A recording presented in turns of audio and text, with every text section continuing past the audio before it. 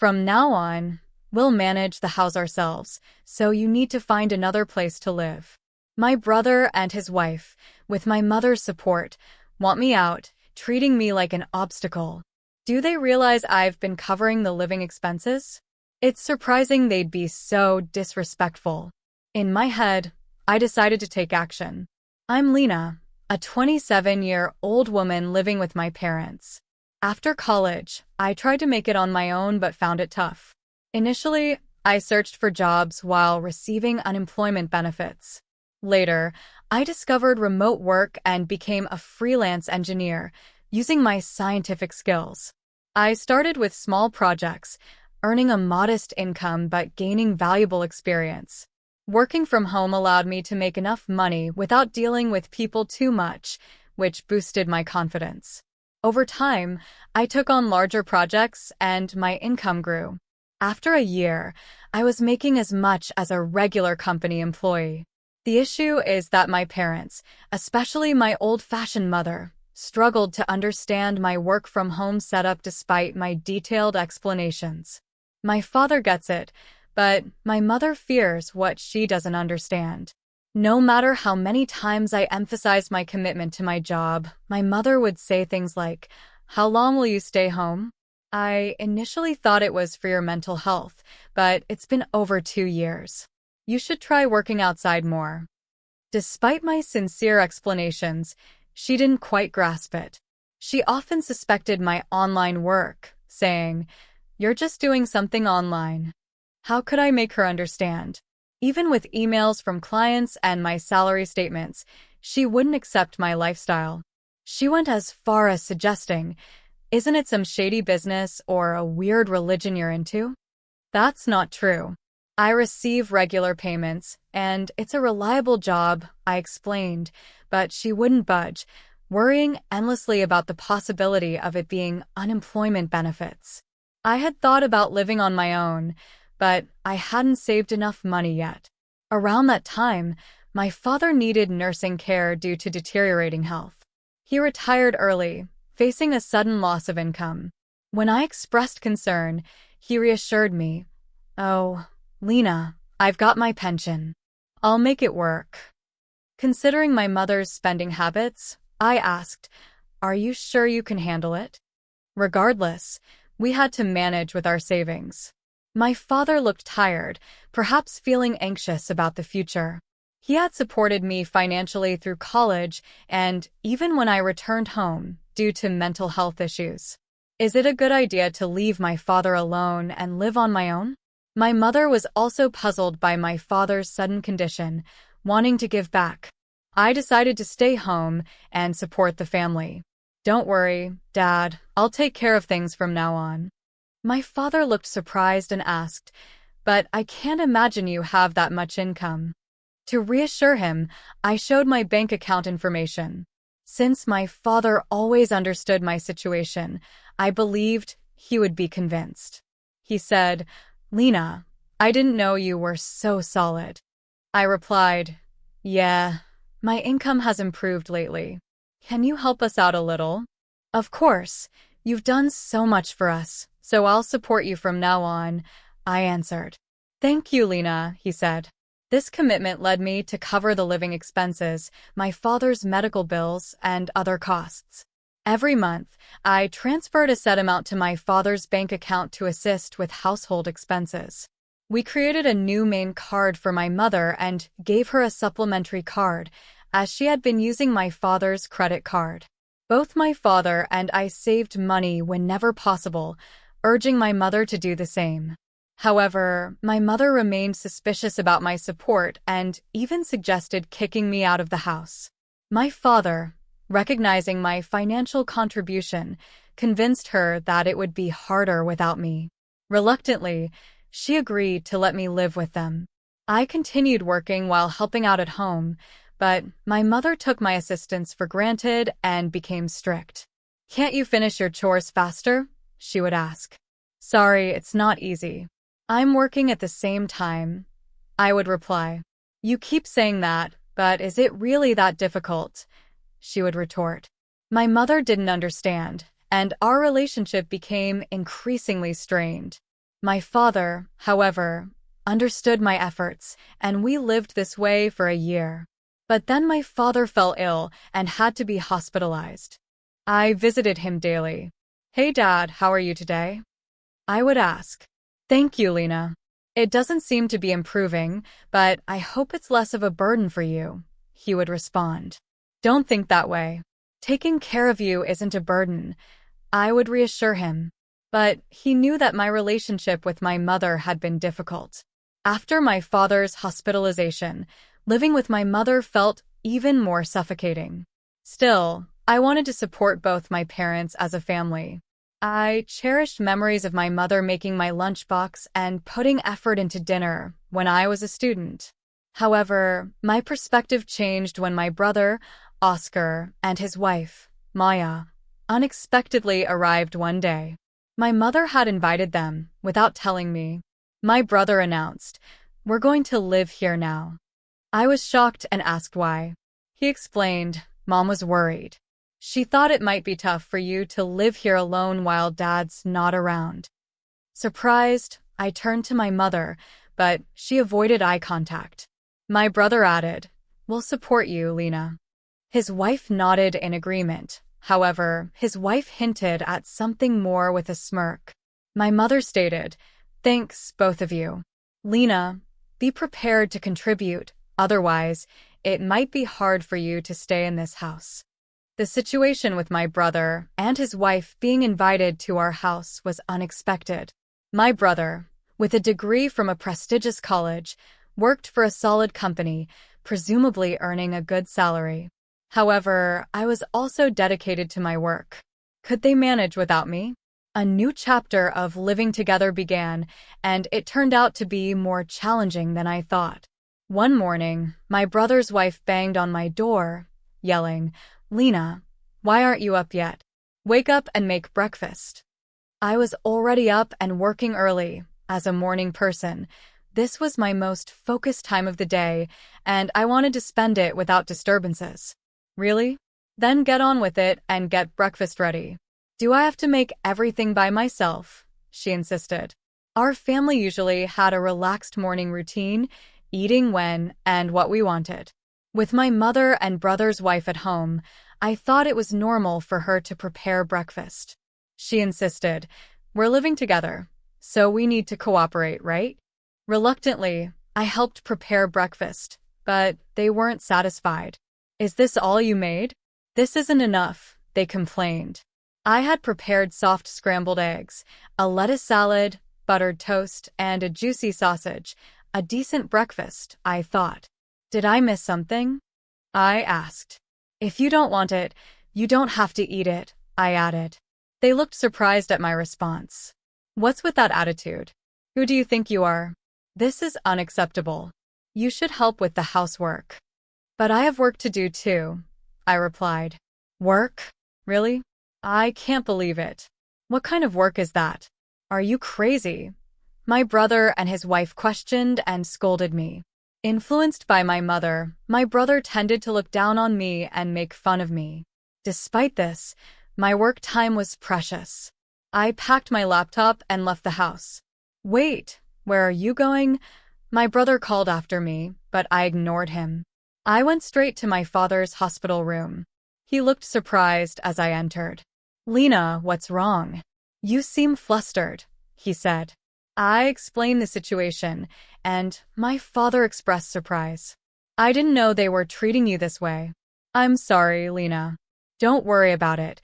You can choose your own way of life." Feeling lost and uncertain, his words were comforting, but didn't solve the problem of my strained living situation at home. I thought about my mother's comfort with Oscar at home. My father reassured me, "You don't need to stay where you're not comfortable. I want you to live happily, so live your life the way you want to." Encouraged by my father's words, I decided to leave home. When I returned in the evening, a tense scene awaited me. My mother, brother, and sister-in-law looked serious. "Where were you?" my brother demanded. "Weren't you at work?" I asked, surprised. "I had to take the day off because of you," he replied. I was taken aback by how easily my brother took time off work. Wasn't that irresponsible? Gradually, my brother and his wife's voices grew more heated. Get out of here, he declared. Why? I asked. Lena, from now on, the three of us will live together. If you don't want to stay, please leave. We don't need your overbearing presence to support us. They attempted to kick me out of the house. Lena, that's enough. You don't need to be here now that your father is gone. My mother strangely echoed my brother and his wife, treating me as a hindrance. Did she comprehend my financial contributions to the family? Despite her monthly purchases of branded goods, what would she do when her allowance was reduced? Feeling furious, I decided to employ a little trick. First, I transferred the money from the bank account linked to my mother's credit card to another account under my management. I hoped this would surprise her when she could no longer use her credit card. Additionally, I moved some funds from my father's account, which had been supporting the family finances. Only my father's medical expenses could be covered from his separate account, unknown to my mother. Consequently, a significant portion of the family's financial responsibility now rested on my brother and his wife. Not knowing the details of my brother's income, I was certain he would now feel the burden more than ever. After completing all the necessary formalities, I packed my belongings and declared, I'm leaving this place. My mother, brother, and sister-in-law looked surprised at my words. Despite their constant harassment, they didn't anticipate that I would actually take action. But as I observed their expressions, it seemed they were enjoying the situation. You're finally leaving. I've never seen such a troublesome person. You won't be coming back, will you? Their relentless belittling was unbelievable. Of course not. Don't contact me, I replied firmly. They smiled as I left, but I couldn't help but wonder what they would think when they realized the full extent of the financial shift I had initiated. Would they finally understand the value of my contributions, or would they continue to live in ignorance? As I walked away, I felt a mix of relief and sadness, leaving behind a family that seemed unable to appreciate or respect me. After I departed, I smiled internally and embarked on a new chapter in my life. My new home was peaceful, allowing me to savor my time and concentrate on my work. As expected, one day I received a call from my brother. I told you not to contact me. What's wrong? I asked, hearing the surprise and urgency in his voice. Oh, yes, that's right. Why are you asking now? Why didn't you tell me? He stammered. Well, I did mention several times that I was working, but neither you nor Mom believed me, right? Well, Mom said a lot of things, and I was a little confused. So that's not my fault, right? He tried to justify. No, it's not. But I'm having a problem with money. Mom's been spending quite a bit, and on top of that, we haven't been able to pay the house utilities and stuff, he admitted. Yes, I was able to do it because I was supporting you in so many ways. I'm not home anymore, so you have to do it, I replied. Lena, I need your help to transfer some money to my bank account. What? You must be joking. You're working for a big company. Isn't that how you make a living? Well, actually, I got fired from that company, he confessed. What? Why? I made a big mistake. Was that before you moved back to our parents' house? I guessed correctly. My brother had likely returned to our parents' house thinking there was enough money to get by, especially with a solid pension coming in after my father retired. I wanted to convey to my brother how much I had contributed to the family finances, despite appearing idle. The thought of his surprise when he realized I had been maintaining the household finances brought me a certain amusement. This revelation awaited my brother's wife and my mother as well. My brother's wife implored, "We need your help. We're running out of savings." My mother echoed, "Your father is really upset about this. He won't contribute to the household finances anymore. We're in a tough situation. I've supported you enough. You're all healthy, so work hard and support yourselves. I'll cheer you on, I said firmly. A frightened voice came through the phone. Reflect on your actions. I'm hanging up now. Don't contact me. But Lena, wait a minute. I distanced myself from my brother, his wife, and my mother. My father, unable to return to life with my mother, sought legal advice and relocated to a different place. Fortunately, I could visit him daily. A friend updated me on my brother's recent situation. He had moved to a small apartment, living a frugal life. My mother, accustomed to homemaking, struggled with her newfound job. My brother, once confident from his college background, found it challenging to adapt to younger staff's opinions in his part-time job, resulting in short-lived employment. Among them, my brother's wife was the sole provider, working diligently to support the family finances.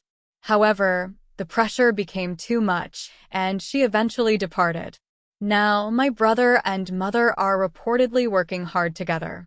Despite their efforts, my mother's tendency to overspend persists, and her debts continue to mount. I am concerned for her, but unfortunately, I can no longer offer assistance. I am currently putting in a lot of effort in a comfortable living space. My income is gradually increasing, and I'm contemplating trying something new. I aspire to visit my father daily and spend more time with him, cherishing the moments and witnessing his cheerful smile. As I settled into my new life, I reflected on the journey that had brought me to this point. The peace and independence I now enjoyed were hard-earned, and I felt a deep sense of relief to be away from the constant tension at home. My new home became a sanctuary where I could focus on my work, which continued to grow and provide me with financial stability. The stress of supporting my family had been a heavy burden, and now that it was lifted, I could finally breathe easily. My days were filled with work that I found fulfilling and meaningful. As a freelance engineer, I had built a solid reputation and was able to choose projects that excited me. This autonomy allowed me to explore new opportunities and expand my skill set. My income was steadily increasing, giving me the freedom to consider new ventures and possibilities. I began to think about investing in further education or perhaps starting my own business. The idea of being in control of my future was exhilarating. In addition to focusing on my career, I made it a priority to visit my father daily. Each visit was a chance to reconnect and support him through his recovery. He appreciated my presence, and our time together became a cherished routine. We would talk about everything from the latest news to our favorite memories from my childhood. Seeing him smile and laugh gave me immense joy and a sense of fulfillment that transcended any material success. Meanwhile, the situation with my family continued to evolve. My brother and mother struggled to adapt to their new reality. My mother's spending habits, which had gone unchecked for so long, now faced the harsh light of financial responsibility. She had to learn to budget and manage her expenses, a difficult adjustment for someone who had always relied on others to take care of her needs. My brother, too, faced challenges in his new life. Without the security of his previous job, he had to find ways to make ends meet, often taking on work that he found less than satisfying. His confidence, once bolstered by his education and job, now seemed diminished as he navigated these uncharted waters. Despite their difficulties, I knew I could not step in to help. My own well-being and future were at stake, and I had to prioritize them. It was a tough decision, but one that was necessary for my growth and happiness. I hoped that my family would eventually find their footing and learn to stand on their own. The thought of their struggles did bring a pang of sadness, but I reminded myself that everyone had to face their own challenges and that this might be an opportunity for them to grow and change for the better. As the weeks passed, I continued to focus on my personal growth and well-being. I explored hobbies I had long neglected, like painting and reading, and found joy in rediscovering these passions. I also made new friends and reconnected with old ones, building a support network that brought me much comfort and happiness. My life was becoming richer and more fulfilling in ways I had never imagined. I also began to think about the future with optimism. With my career on a solid path and my personal life flourishing, I started to consider long-term goals. I thought about buying a home, perhaps traveling more, and even starting a family of my own someday. These dreams felt within reach now that I had created a stable and supportive environment for myself. Through it all, the lessons I had learned about self-reliance, resilience, and the importance of setting boundaries stayed with me. They had guided me through one of the most challenging periods of my life and would continue to serve me well in the future. I was grateful for the journey, with all its ups and downs, for it had shaped me into a stronger, more confident person.